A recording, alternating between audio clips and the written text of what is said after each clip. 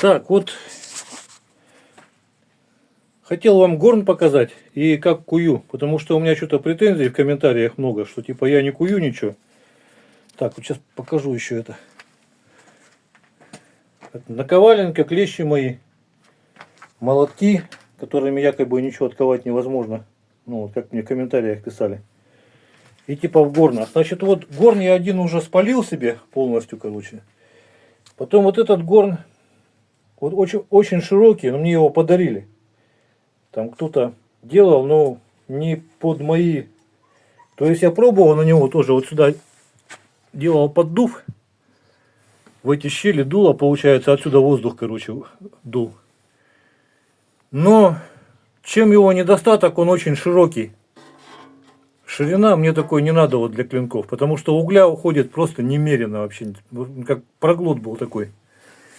Вот я, значит, теперь, как вот и прошлый горн свой сделал второй, короче. Ну вот у меня прошлый горн, он прогорел, вот эти вот щели, прорези, видите, я болгарочкой наделал в трубе. Вот такая вот труба примерно. Ну, толстостенная довольно-таки. Хорошая. И борта наварил. Ну, борта, видите, повело уже от страшно. Они прямые были вообще одинаково. Ну, от частого использования. Вот, значит, смысл какой. Поставим его сюда. Здесь вот он уже поуже горн сам будет. И угля уходит гораздо меньше. То есть он экономичнее раз в 10 примерно, чем тот прошлый. Значит, поддув я использую раньше пылесос советский. А сейчас вот такой вот лодочный насос. Почему? Потому что пылесос, когда дует советский старый, короче, он сильно быстро нагревает и возможность перегреть очень высокая. Вот, и принцип очень простой. Включаем. И отсюда дует воздух. Примерно так. Паузу нажимаю, дальше покажу. Вот на растопку идет такой вот мусор, который от ножен остается. Всякие стружки, опилки, бумажки. Наждачную бумагу использую. Даже вот ленточку такую от гриндера. Тоже идет на растопку.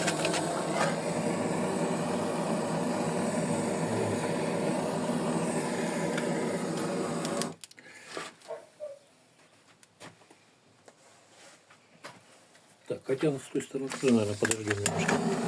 Газовой горелочкой так быстрее. Вот такая зажигалка у меня. Зажгли.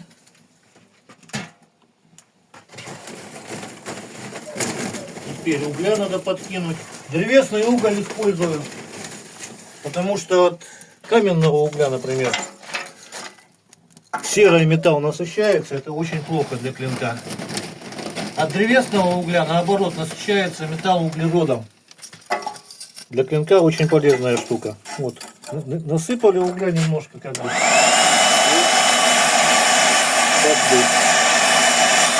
Вот сейчас дует не слишком сильно, и это очень хорошо, потому что меньше шансов перегреть клинок. Перегрева клинок очень боится.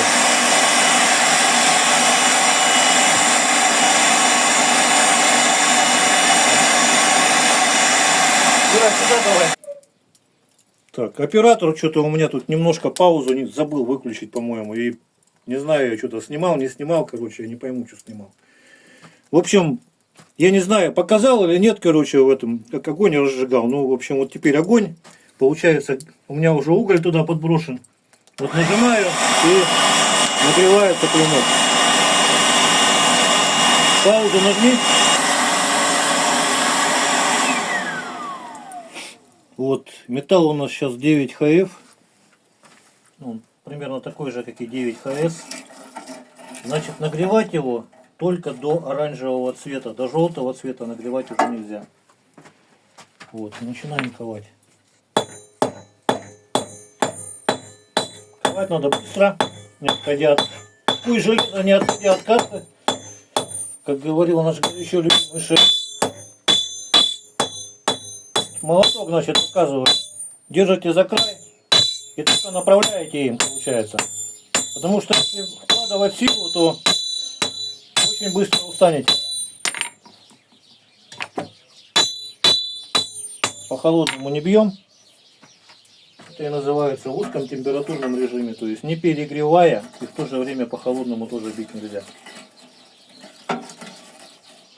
Это вот сейчас вот операция отковывания хвостовика идет.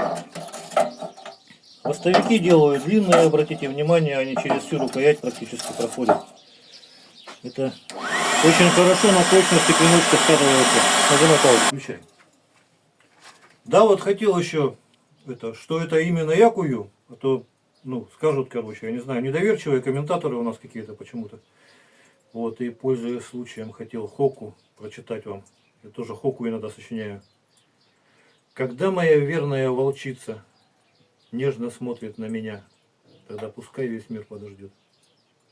Вот, это японская самурайская поэзия такая. Ну и теперь дальше будем перемочки положим. Вот оранжевый цвет, больше не надо.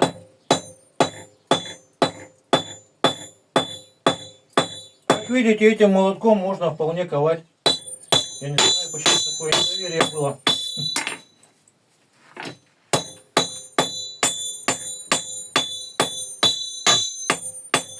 И на этом горне, который мангалом назвали, то же самое. Ну я, когда дело это выбирал, меня ролик вдохновил.